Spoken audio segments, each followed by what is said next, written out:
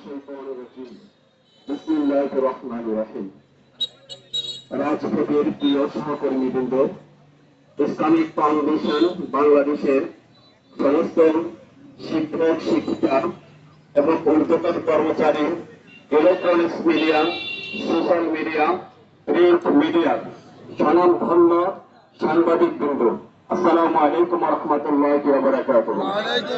আপনারা নিশ্চয়ই আমাদেরকে জিজ্ঞাসা করবেন আমরা কেমন আছি।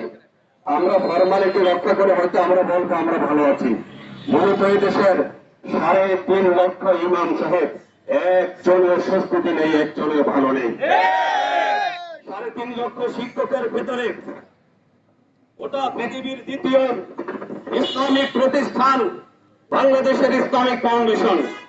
এই ইসলামিক ফাউন্ডেশনে আমরা দীর্ঘদিন যাবৎ ৭৩,০০০ শিক্ষক সুনাম এবং সুনামের সঙ্গে এদেশের বাচ্চাদেরকে আল্লাহর কোরআন শিক্ষা দিয়ে আসছি।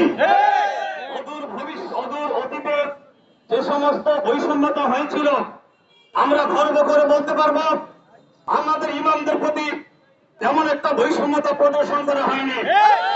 যতটুকু বৈষম্যতা প্রদর্শন করা হয়েছিল, আমরা সত্যের বিশ্বাস পেলে শুকরিয়া আদায় করে তা আমরা মেনে নিয়েছিলাম।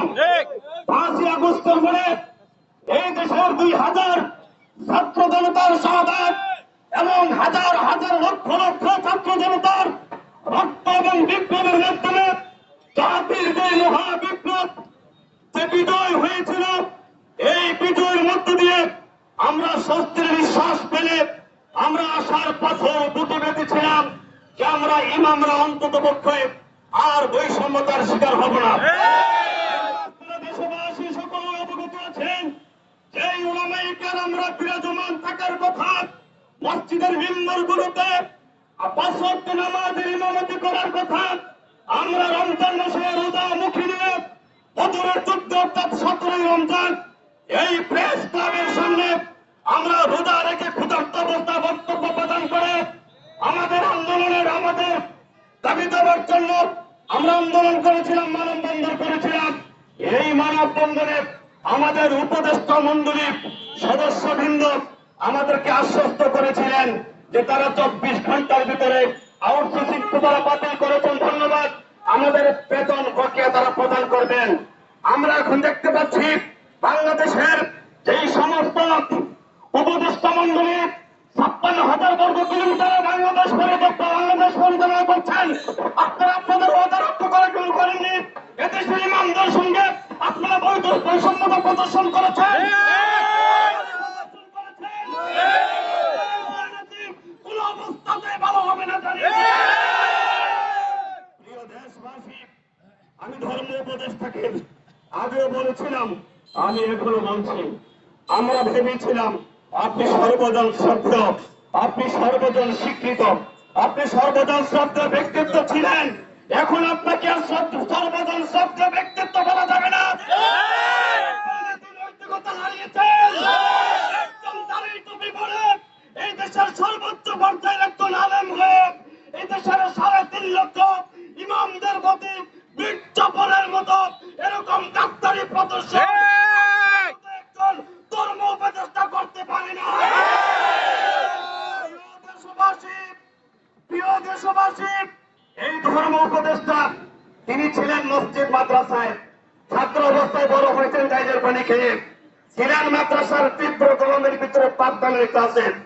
ভাগ্যের চাকা খুলেছে, আমরা স্বস্তির নিঃশ্বাস পেলে মেনে নিয়েছিলাম। আপনি ধর্ম মন্ত্রণালয়ের দায়িত্ব পালন করেছেন এবং দায়িত্ব নিয়েছিলাম, আমরা বুঝেছিলাম আপনি আমাদের মনের ব্যথা বুঝবেন। আপনি বলেছিলেন যে দেশের সমস্ত ইমামদেরকে বেতন ভাতা দেবেন, আপনি বলেছিলেন মসজিদের মাদ্রাসার বিদ্যুৎ বিল মওকুফ করে দেবেন। আমাদের তো সে কথাই মনে পড়ছে। এক ছাত্রকে প্রশ্ন করা হয়েছিল নেতা কাকে বলে, সে বলেছিল যিনি কিন্তু দেব বলেন কিন্তু নেতা নেই, তিনি নেতা। আপনি আমাদেরকে দেব বলে করছেন, আমাদেরকে কিছুই দেননি। কোন অধিকার ধর্ম উপদেষ্টা আপনার নাই। আপনার জনপ্রিয়তা হারিয়েছেন, আপনি আপনার দায়িত্ব ছেড়ে দেন, আপনার দায়িত্ব আপনি ছেড়ে দেন। প্রধান উপদেষ্টাকে বলছি, প্রধান উপদেষ্টা মহোদয়, এদেশে এদেশের রাজনীতির মাঠ ঘোলাটে পরিবেশ। এই ঘোলাটে পরিবেশে আপনার মতো পরিচ্ছন্ন ব্যক্তিত্বকে আপনি এদেশে রাজনীতি করতে পারবেন না। আপনি এদেশে রাজনীতি করতে আপনার বোঝা উচিত, নয় ছয় করতে হয়, গিভ এন্ড টেক করতে হয়। এদেশের রাজনীতি করতে হলে দুশ্চরিত্র বান্ধব তেল মারতে হয়, হয় সরিষার তেল ব্যবহার করে, না হয় নারিকেল তেল ব্যবহার করে। আপনি প্রধান উপদেষ্টা, আপনি আপনার দায়িত্ব ছেড়ে দিয়ে আপনি নির্বাচন নিয়ে নির্বাচিত সরকারের হাতে আপনার ক্ষমতা হস্তান্তর করুন। আর আমরা জোরভাবে দাবি করছি, এই পবিত্র ঈদুল আজহার আগে ইমামদের দাবি দাবাগুলি আপনারা মেনে নেন।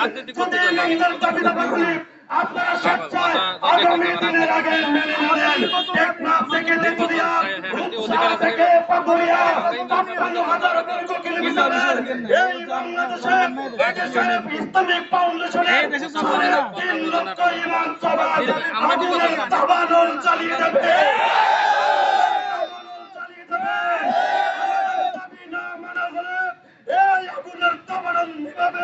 সত্যিকারের বাংলার ময়দানে জন্ম নেই না। আমরা আন্দোলন শিখি নাই, আমরাও বলবো আমরা আন্দোলন শিখি নাই। আন্দোলন শিখবো থেকে ছিলাম তো মসজিদে, ছাত্র অবস্থায় ছিলাম মাদ্রাসায়। হ্যাঁ, আমরা আন্দোলন শিখি নাই, তবে আল্লাহর কোরআন থেকে আমরা জিহাদের আয়াতগুলি আমরা শুনেছি, জিহাদের আয়াতগুলি বলেছি। আমরা ইমাম সমাজ জিহাদ শিখেছি। জিহাদ, জিহাদের এক সংজ্ঞা হলো হয় বাঁচো না হয়ে মরো। আমরা যে আমাদের অধিকার যদি বাস্তবতা যদি আপনি আদায় করে না নেন, মেনে না নেন, তাহলে আমরা হয় মারবো না হয় আপনাদেরকে মারবো। এমন আন্দোলন গড়ে তুলবো, কত সরকার তারা পালিয়ে যাওয়ার জন্য বিমানের টিকিট কাটতে পারেননি। আপনারা আপনাদের নিরাপত্তার জন্য এদেশ থেকে পালিয়ে যাওয়ার জন্য বিমানের টিকিট কেটে পালিয়ে যাওয়ার সুযোগ পাবেন না। আমাদের দাবি, আমাদের দাবি মানতে হবে, মানতে হবে। আমাকে বলতে দেন। আমরা রমজানের ভিতরে আমরা বলেছিলাম যে আমাদের প্রতি যারা বৈষম্যতা প্রদর্শন করেছে, আমাদের প্রতি যারা অবিচার করেছে, জুলুম করেছে, আপনারা তাদেরকে ঠিকানা দেন, তাদেরকে জাতির সামনে চিনিয়ে দেন। আমরা কিচ্ছু করবো না। এদেশের ইমাম সমাজ শুধু তাদেরকে থুতু মারবো, তাদের গোসল হয়ে যাবে। আজ পর্যন্ত ইমামদের সাথে বৈষম্য প্রদর্শন করা কোন নেতার তালিকা এখনো পর্যন্ত জাতির সামনে উন্মোচন করেন নাই। আপনারা যখন উন্মোচন করেন নাই, আমরা তাদের পরিচয় এভাবে ধরে নিয়েছি। তারা দিন দুপুরে রাস্তার পাশে মায়ের গর্ভে ভূমিষ্ঠ হওয়া কোন এক নিষিদ্ধ পল্লীর বৃত্ত পরিচয়হীন অবৈধ সন্তান। বৈষম্যতা প্রদর্শন করেছে, তাদের ধর্মভাবে কোন বৃত্ত পরিচয় থাকতে পারে না। আমাদের আন্দোলন সারা বাংলাদেশে হচ্ছে।